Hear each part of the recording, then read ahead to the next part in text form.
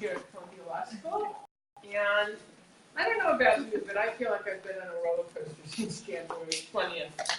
The deep dips of cabinet appointments, tweets, executive orders, and the lives that have already been changed for the worse by them. But also the incredible highs of the people in motion.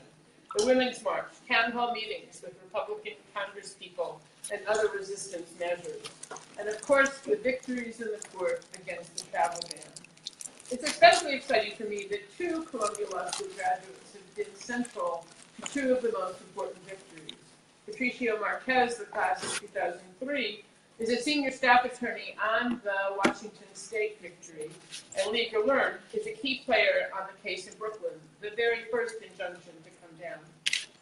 Lee is a 1988 graduate of the law school and an adjunct professor here. He has long been a supporter of public interest programs and public interest students at the law school, and is once again giving generously of his time. His day job is being the deputy director of the ACLU's National Immigrants Rights Project and the director of the project's program on access to the courts. He's argued numerous groundbreaking cases establishing the constitutional and statutory rights of non-citizens in the areas of discrimination, education, due process, and access to the courts. Since 2001, he's also worked on several far-reaching national security cases arising out of 2011. September 11. Lee served as one of the very few human rights observers at Guantanamo Bay in the first military trial conducted by the United States since World War II. He's testified to Congress on habeas corpus and judicial review issues, and he also finds time to be a visiting lecturer of clinical law at the Yale Law School. I'm thrilled that he's taken out some time from fighting the bad guys to be with us today to give us a behind-the-scenes view of the case in Brooklyn. Thank you, Lee. Thank you.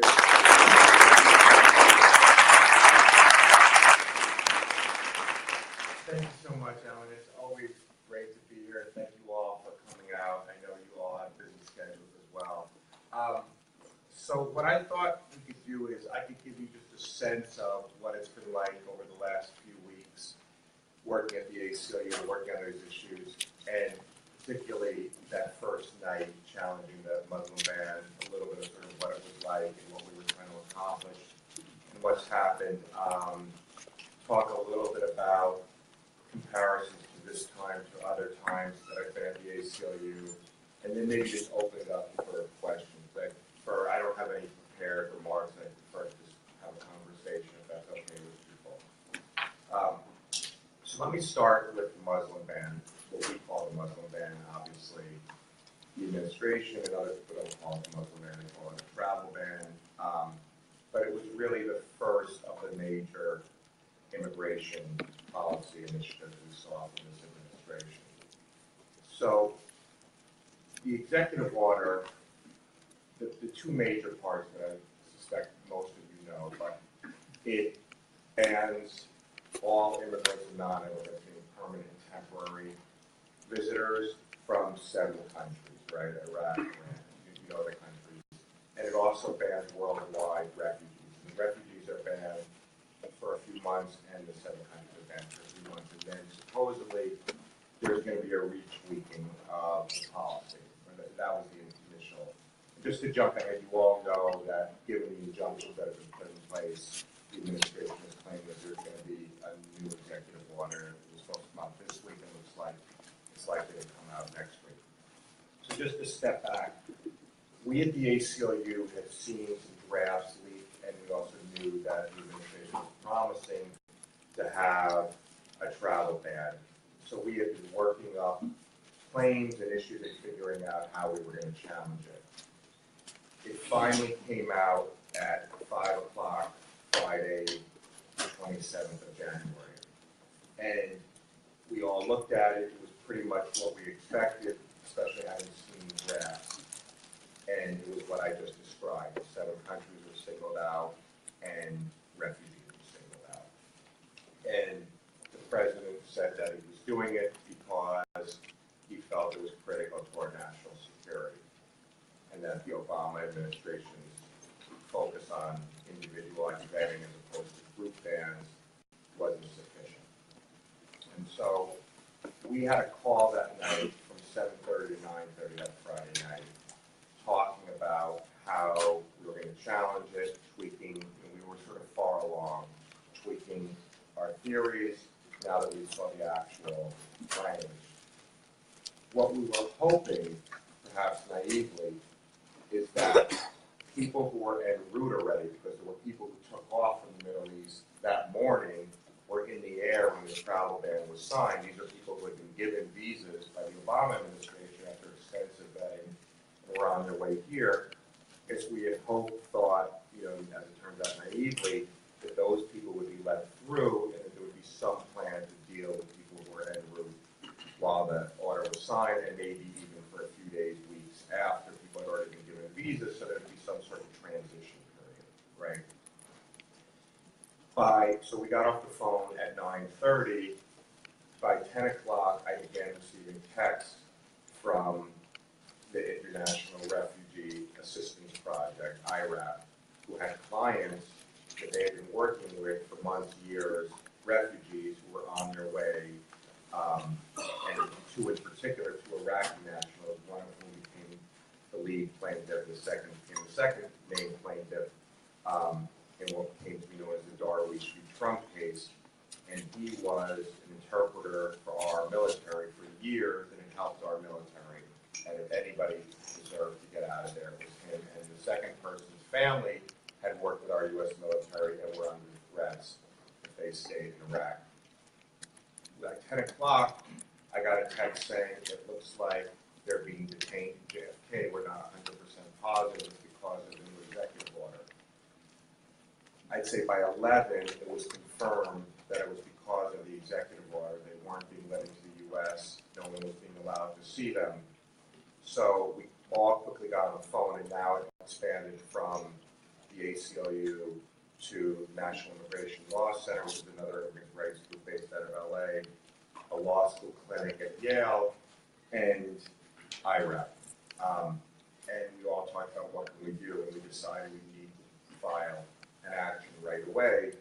And obviously, time was of the essence, but it was also for a technical reason that if we were going to file a habeas corpus petition, it needed to be filed while the individuals were still on U.S. soil. Because what we were concerned with is that they would be sent back right away, put back on a plane, and then the court would no longer have jurisdiction over them. So we stayed up all night taking shifts. Luckily, we had people out on the West Coast who could take some shifts, but there wasn't a lot of sleep. We filed something. I thought it was a decent pleading, for given that it was in 7 hours rush over. But it obviously would have been better if we had more time, but it was sufficient, I thought.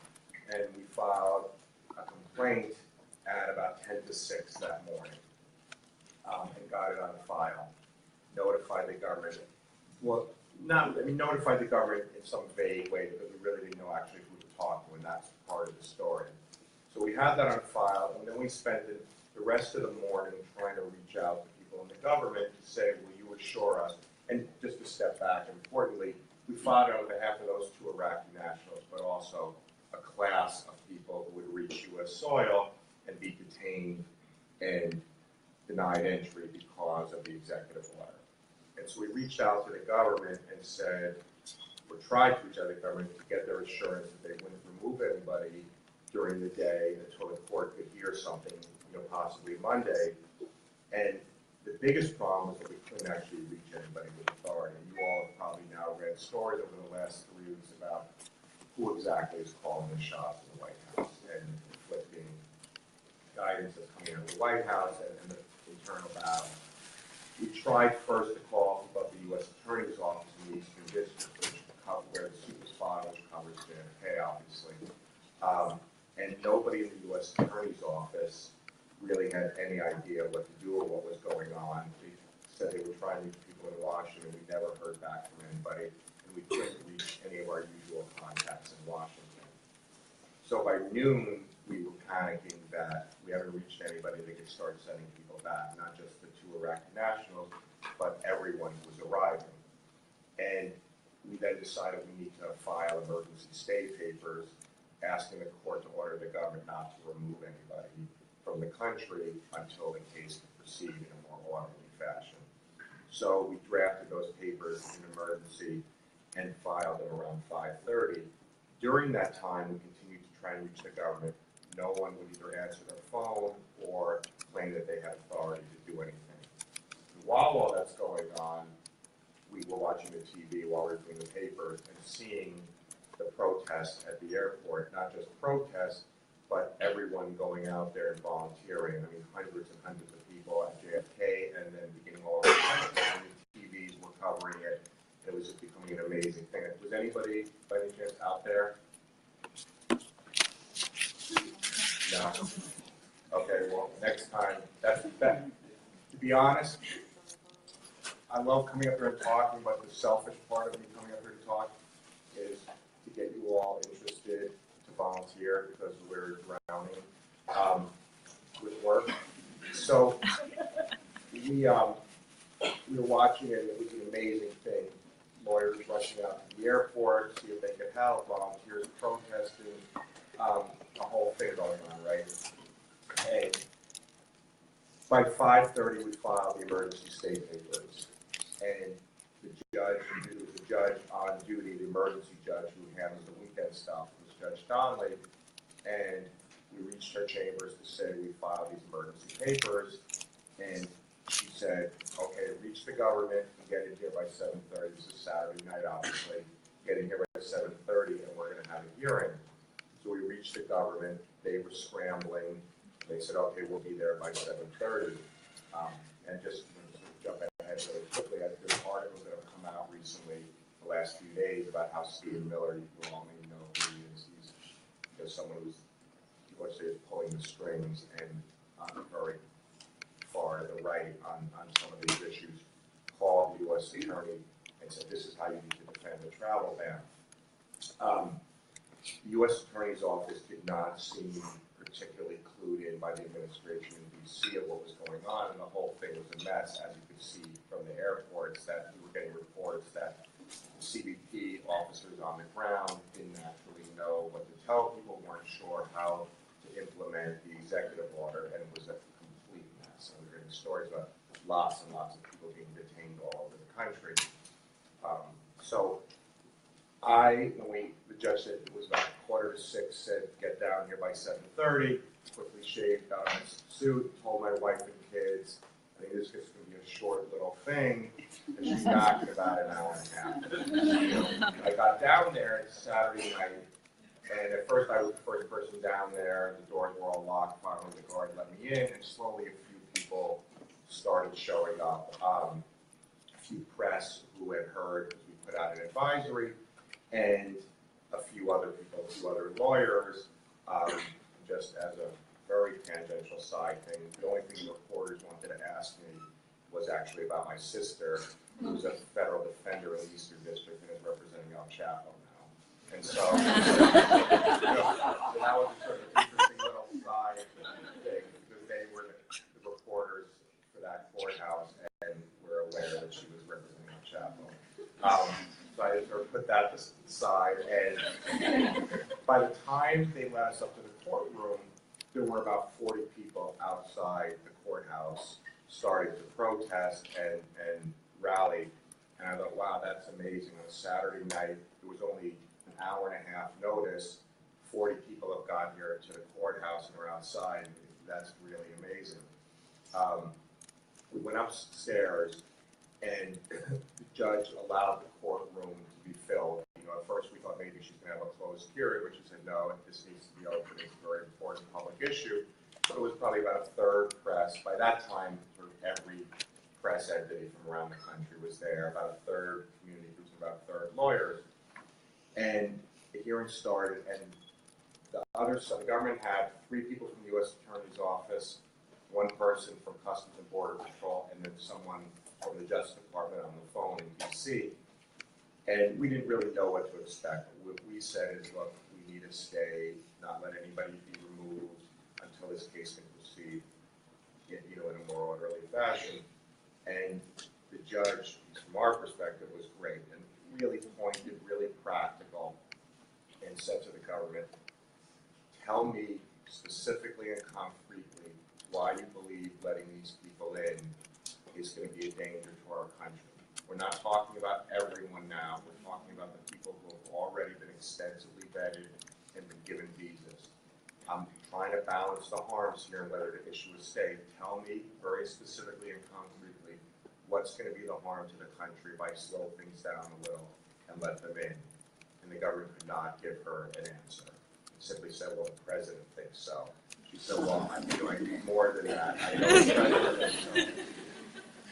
She then asked them a second pointed question, said, are you seriously telling me that a lot of these people will not be harmed if they're sent back now? I'm reading these papers, and it says that some of them were U.S. military interpreters, some of them are refugees, and they're being sent back to countries that are very dangerous, and any attachment to the U.S. puts them at risk, and there's affidavits here talking about the threats that they've already received and that their family have received. Can you tell me that all these people will be safe if I let them get sent back? And the Justice Department could not give her a satisfactory answer.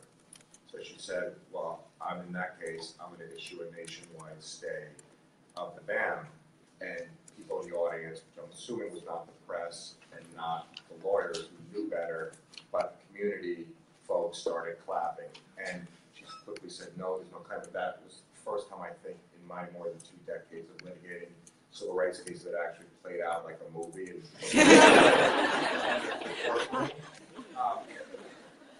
And then I said to her, we need a list of all the names of the people who have been detained because we've found some, but we can't find them all. And unless we know where they are, we have no idea if the government's going to comply, has complied, what's going on.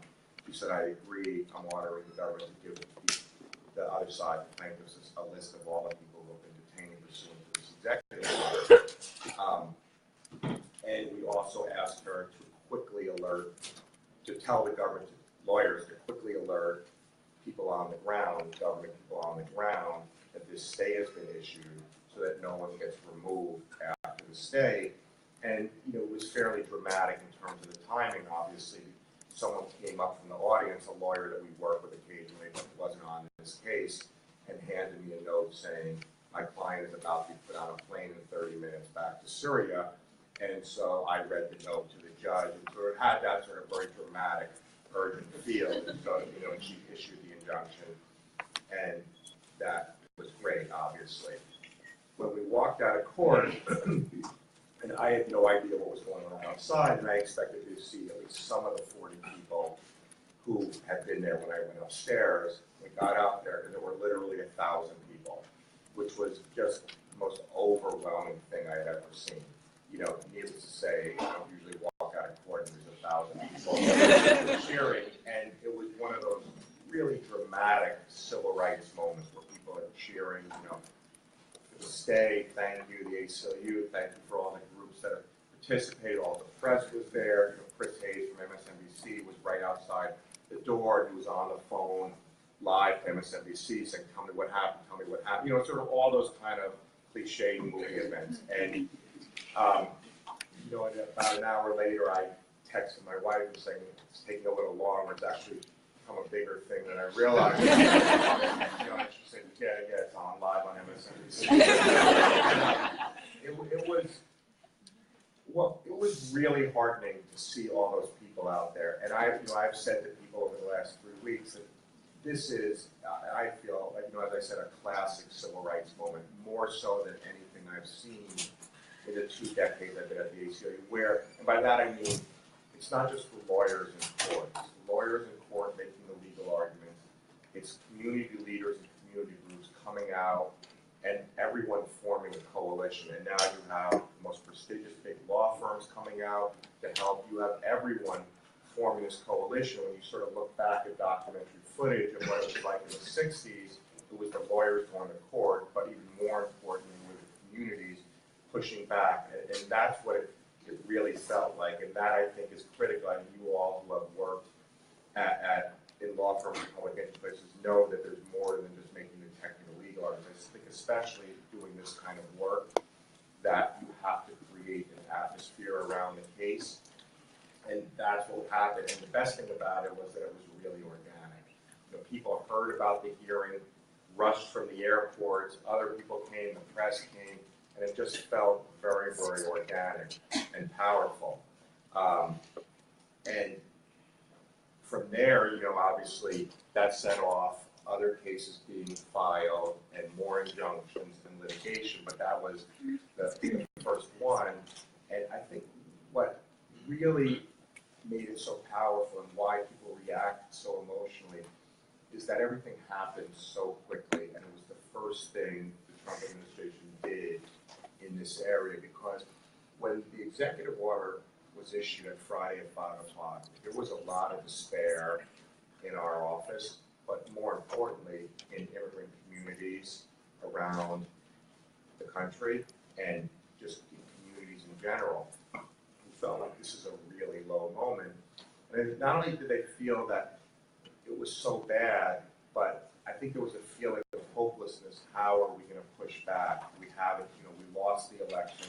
And I'm not trying to be sort of political. There may be people in here who have different political views, support the Trump administration, don't support, but I just, for those people, especially in the immigrant communities, who felt like this is going too far, but we can't push back, we just lost the election, now this is happening, we didn't stop this. It was real despair, but then by Saturday night at 9:53, when she issued the stay, that's what, 28 hours later, in 28 hours, we had blocked the ban nationwide. And I think that has given people a sense of hope that you can push back, and we did it so quickly on the very first order that he issued. People, it sort of became sort of more than just about the Muslim ban. It became sort of a rallying cry, yes, we can push back.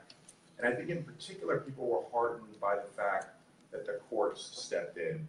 Because there was a lot of talk, and there still is, and we should discuss this about to what extent this president, this administration is going to respect the courts and the rule of law.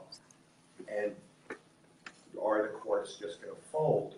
And it was just the fact that in 28 hours we had gotten a court to block the president's order nationwide was just really an unbelievable thing. And it's something that I just want you all to think about a little, that we take for granted that, of course, the ACLU and other groups could write up some papers quickly, rush into court, and have a judge block what the president wanted to do nationwide within 28 hours.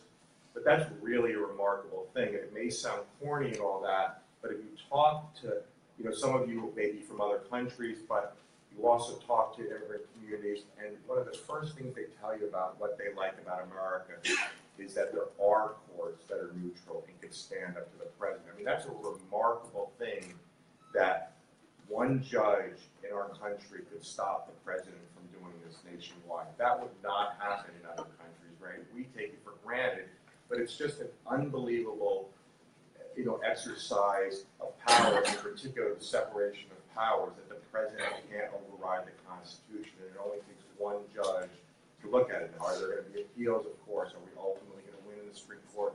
Who knows? But the fact that this judge could step in, I think, was really heartening to people, because those in the immigrant community were being told Congress may not step in for you this time, given the landscape, and that the president may be doing what you would perceive as anti-immigrant things. It was heartening to see the court step in. And the only time I would say at the ACLU that has felt a little like this is after 9/11. And I certainly don't want to compare this to 9/11 in any respect other than just talking about the ACLU's response and what I was doing after each event, after this election and after 9/11. I think the difference has been that after 9/11, the ACLU tried to step up and we did big cases, but I don't think that we always had everyone behind us. It wasn't for many years where people started feeling like, okay, there's not going to be another terrorist attack on U.S. soil, but a lot of people said, okay, we join you in the civil liberties fight. But a lot of you are probably too young to sort of remember what it was like on 9/11, but there was real palpable fear. And, like, for example, right here on the Upper West Side, right there down the line on the ACLU issues. But after 9/11, all of a sudden people with kids riding the subway, maybe, and they weren't and people weren't really with us because I think the fear, and so it felt very much, just as important, obviously, very much that we were fighting this fight and we had to stand up for civil liberties, but we didn't necessarily have huge community backing, at least not for a few years, until people got over their fear and anxiety about the possibility of another attack. This has felt different because it very much is the ACLU and other groups doing the legal issues, but with the community backing. It feels very much more like a movement than lawyers fighting for civil liberties against majority views that we need to tighten up on national security. But there's that sort of same feel if you're a public interest lawyer of this is a critical moment. And so I want to maybe see if we can open it up to some questions. The only thing I would just say in concluding is that no matter which side you're on these issues, and I suspect just because I'm a teacher and hear a lot that there may be fairly weighted balance in one side or the other, but that I don't know that it's uniform here. No matter where you are on these issues, this is a time to get involved, right? And whichever side you're going to get involved in, to know what's going on. You as law students and future lawyers can really play a role, and whether it's volunteering a few hours or doing something else, and whichever side you're going to do it on, I think is really important, because this does feel like one of those critical civil rights movements. And just the power of lawyers, right? As I said before, to go into court in 28 hours and get it blocked, you forget how much power you have as lawyers to try and accomplish social change, whatever you perceive as that important social change. So do you think maybe we should take some questions, and does that work? Yeah. Okay. Just you have to repeat the questions. I can repeat them. It's okay. I mean, you alluded to this at the end. We were talking about sort of the power of the judiciary, and obviously as a law student, I believe in the power of the courts. I think Right. it has been very inspiring recently. But as you did allude to, it has been put into question, I think, as much about how much the administration supports the courts and their decisions and how much they will in the future, and even in terms of how the courts will change now, even Right. the Supreme Court and things like that. So how do you think about us as public interest-minded lawyers moving forward and trying to make these changes through our legal systems, but also understanding these concerns? Yeah, so that's a good question. I think that, is something that's on everyone's mind about where the administration is going to be in their respect for the courts, and then how are the courts going to react. Right now, it may be too early to know exactly how the administration is going to react. And I tend to separate out the president from people who are making operational decisions. The president has obviously tweeted out a lot of stuff that you would prefer not to see from the president of the United States about so-called judges, and this is on the judge if there's another terrorist attack. Whether the Justice Department and other people will adhere to the rule of law and comply with court order, that it remains to be seen. One thing that's happened already, which is troubling, is that, as I said, the judge ordered the government to provide us a list of names that Saturday night. We are just now supposed to get the list at 5 o'clock tonight. So it's been 3 weeks, and we had to go back to court and get them to order it.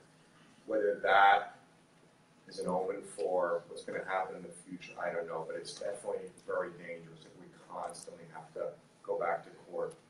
How the courts are going to react, I always, whether it's naivete or optimism, I always feel like the courts will generally stand up. And maybe that's just the nature of doing this work. If I didn't feel like that, I probably would have to get out of and try something else. Will they all stand up? I don't know. But I'm hoping that they don't roll over, and I don't actually think they will. And so I think you all should not despair about continuing to use the courts.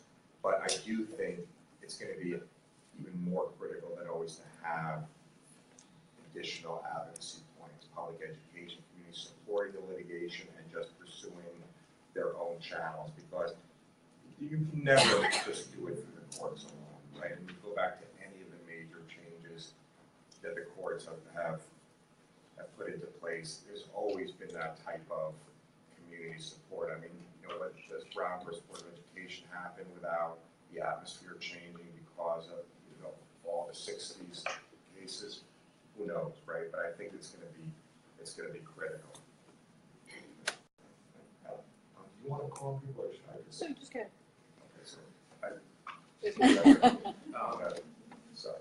Yeah, you mentioned that the Trump administration is trying to do a new executive order. And Right. A lot of the arguments in the circuit court seem to be around due process for people who Right. had, a right to due process in the U.S. Right. So I was wondering what your thoughts are on an executive order without green card holders. Yeah, so that's a good question, right? And so the only appellate case that's been issued, the only appellate decision that's been issued is the Ninth Circuit's case, State of Washington case, right? And that focused, as we said, heavily on due process protections, focusing on people with visas already, and in particular, green card holders. There was a Virginia decision where the judge, instead of focusing on due process, focused on religious discrimination. But what we are hearing, you're right, is that and this is all just speculative, what we are hearing is that the administration may exempt green card holders expressly. They may also exempt people who already have been issued a visa.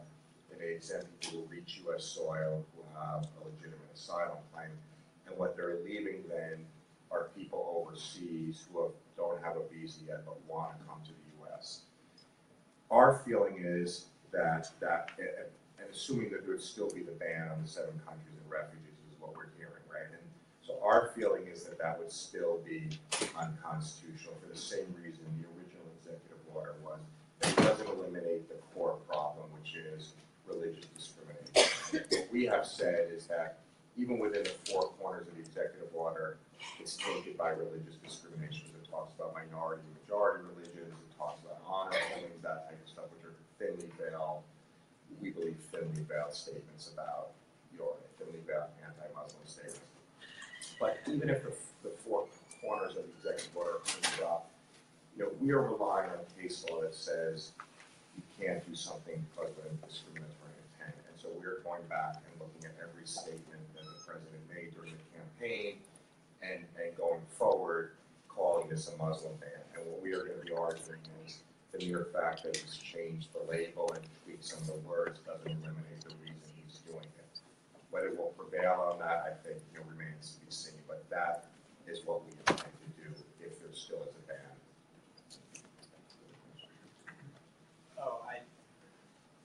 That was my question. I mean, also, you sort of touched on this, but do you think that the animus arguments will change at all with the new sort of the leaked the potential language, and also maybe if you could talk a little bit about potential standing issues, because I know that was a big part of the Washington case.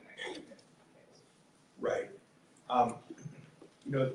The government has pushed back hard on saying the president's statements are irrelevant. So I think that fight will continue. Whether we can pull it off, I don't know. I mean, obviously, the more they clean up the order, the harder it's going to be, because right now we have a sort of 2-pronged, the statements showing discriminatory intent and what's in the 4 corners of the order. The more they clean it up, the harder the animus argument will be to make. We still think we can make it because there's so many statements. And there are, of course, Supreme Court cases that say a governmental organization cannot simply say, well, this is facially neutral, therefore it's not discriminatory. You can look behind, despite what the government's saying and what spokespeople are saying on TV, you can look outside the 4 corners. And there's cases like Arlington Heights and other cases in the First Amendment context that allow that. Your other question was? About standing. Right. So I don't want to get too technical about the standing stuff. I'm happy to talk to you after. I also don't want to talk about stuff that we haven't actually briefed publicly yet too much. The standing issue in Washington is complicated because they are proceeding as a state, right? And so that is going to be a complicated question. We think they have standing, but they're going to have to argue their standing. And the more that the executive order exempts people who already have visas, potentially the harder their argument gets. I mean, one of the interesting things and the ironic things is that when DACA DAPA were challenged. You all know, sort of read through the stuff that Obama did. Texas and other states sued, and we didn't believe they had standing given the nature of their suit. The district court in Texas, who was handpicked by them, found standing, and the Fifth Circuit affirmed that. And one of the things that the court in Washington did is say, Washington has standing to see Texas case. Good for the goose. In our case, we have the state intervening in New York and likely going to be intervening in other ACLU cases that we've brought, but we are proceeding with individual plaintiffs, refugee organizations like IRAP, HIAS, those types of organizations. I suspect we will get pushback on the standing as well.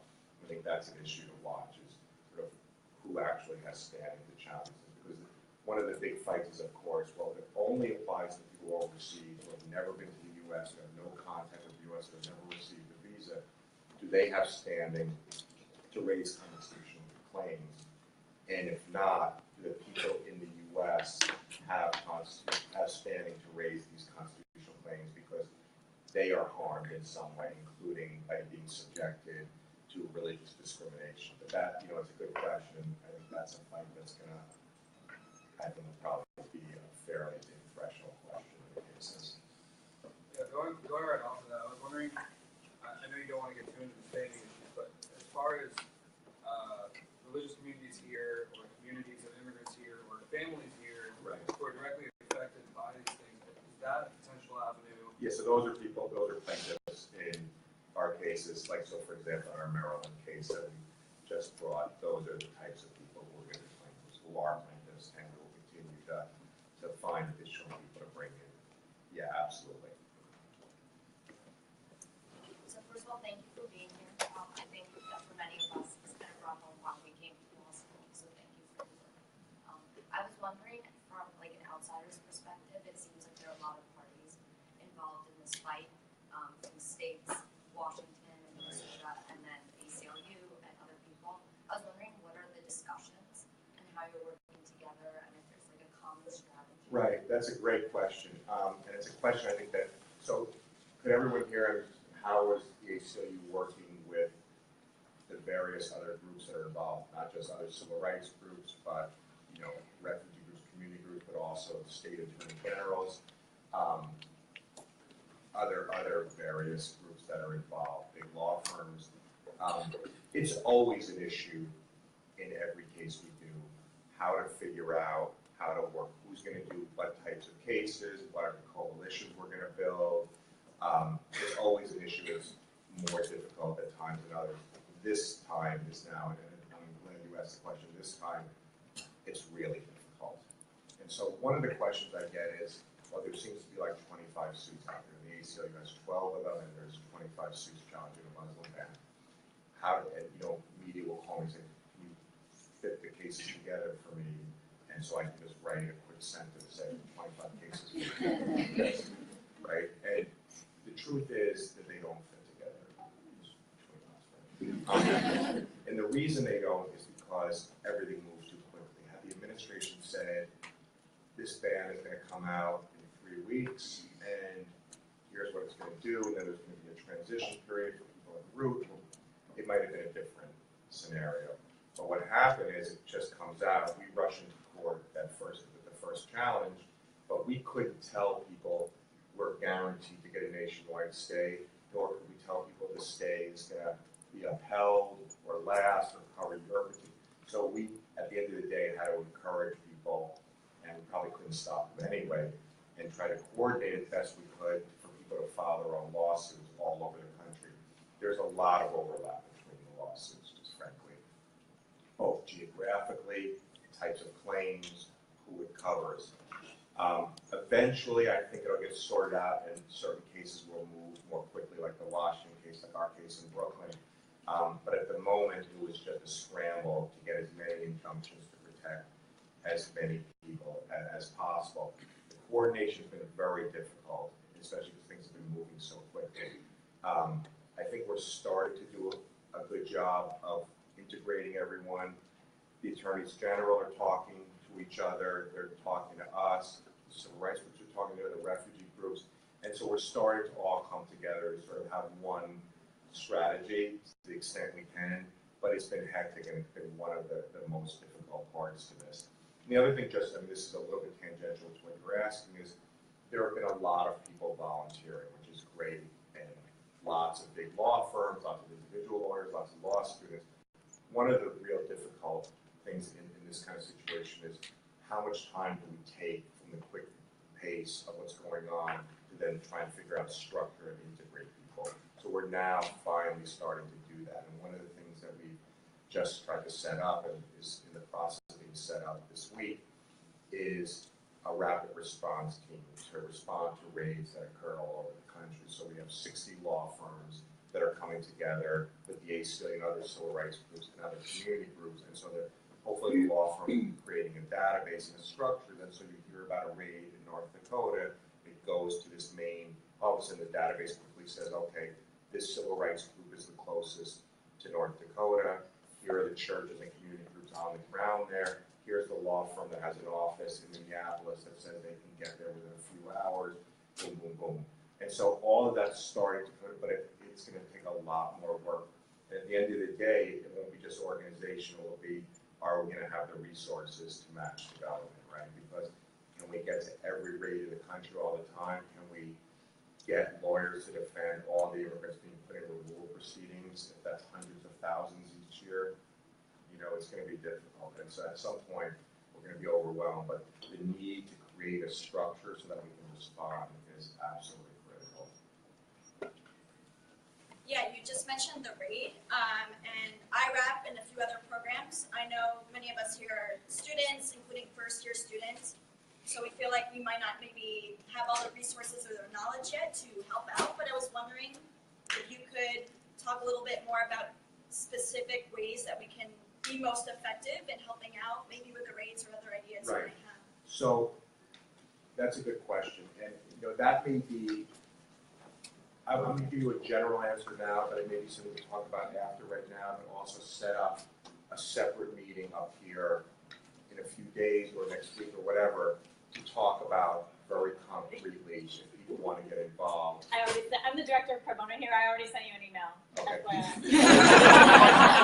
But, you know, so there are lots of ways. I mean, one of the things that I would like to do, and we're trying to do at different law schools, is create a team of law students here who are ready to go on projects. And so we call and say, hey, we could really use this research. It's a little bit slower on a slower track that we do next week, or this raid just happened. Can anybody do an overnight memo on this? And there would hopefully be some faculty member who could be roughly supervising what's going on. And so that's one way, I think. I think the refugee organizations probably need help regardless of your legal skills. Hey, can you get out to the airport and meet this person coming in so they don't just arrive at the airport? So there's different ways, and so we should all talk about that because I would really love it if people at Columbia wanted to volunteer because we are absolutely overwhelmed. I was wondering if you could talk a little bit about the procedural and substantive effects on the current cases when the new executive order comes out. Yeah. Obviously, Yeah, no, that's a good question, and we are grappling with it. And one of the reasons we're grappling with it is because what we're hearing from the administration goes back and forth and often doesn't make sense. I mean, what would make the most sense probably is for them to withdraw the existing executive order, replace it with a new executive order. But now we're hearing it could be an amended executive order, it could be a sub-deal. It depends a little bit on who you're listening to from the administration. What we will probably say in court is that it's the government's burden to say that all the injunctions should be lifted in light of the new executive order. You can't just say we're not going to comply with an injunction anymore. If you're under an injunction, you need to go into court and say this injunction no longer makes sense because of change of circumstances. And I think then what we will say is, look, we think the injunction still makes sense because the new order basically does what the old order does, and so keep the injunction in place so we can have hearings on the new order to see to what extent they change and go forward. But I think it's going to be a little bit of a scramble because I suspect the administration is going to come in and say the injunction should be lifted right away, especially as, for example, if particular opinion relied heavily on the fact that the existing orders seem to cover lawful permanent residents, green card holders. If they're expressing it, then they may come to the court and say, look, the reasoning no longer applies. But we will want time, and we would try and keep the injunctions in place so that we can argue that either the injunction still makes sense or the reasoning applies equally to the second order, or we want an injunction on the new existing order so that chaos doesn't occur again and we have time to brief it. But it's a good question, and I don't think anybody's completely figured it out, in part because the administration hasn't made clear what the relationship will be between the two orders. The wake of the injunctions, in an overlap blog characterized the administration, but also this executive order as malevolence tempered by incompetence. And it stands to reason that incompetence will decrease, so kind of wear away as they're more experienced, get more exposure. Do you, from your perspective, thinking about this a lot, see or foresee a decrease in malevolence as well? That's a good question. I think, let me just take the easier part of the first part about the confidence question. I think we are going to see, obviously, an increase in confidence in the courts. I think the lawyers were really scrambling from the government to deal with this, and they didn't have their highest lawyers, their most experienced lawyers in there, their highest ranked, most experienced lawyers in court thus far. We're starting to see people being brought on, including, the Deputy Solicitor General. And so I think that the legal challenges will become harder for a lot of reasons, including that the confidence of the lawyers on the other side will increase. The malevolence, I'm wary about sort of characterizing their motives. I think that we're just going to have to keep pushing back and making it too difficult for them to do these types of things and not rely on them having some enlightened moment where they say maybe we shouldn't pick on immigrants so much. So, it's hard for me to say, but I think right now, I think the only thing that we feel we can do is just continue to push back and make it very difficult for them. Because I think there are going to be people in the administration that really want to take an extreme stand. Where the president is on this personally is hard to know, but he did campaign on it, and so it may be that he's just locked into this kind of hard stand, and we're never going to see them stop it. And the only thing we're going to be able to do is push back, and in the courts, but also hopefully Congress, right? So a lot of the protests are aimed at the president, but hopefully people who are up for election, in 2018, are hearing the message, and we can change Congress a little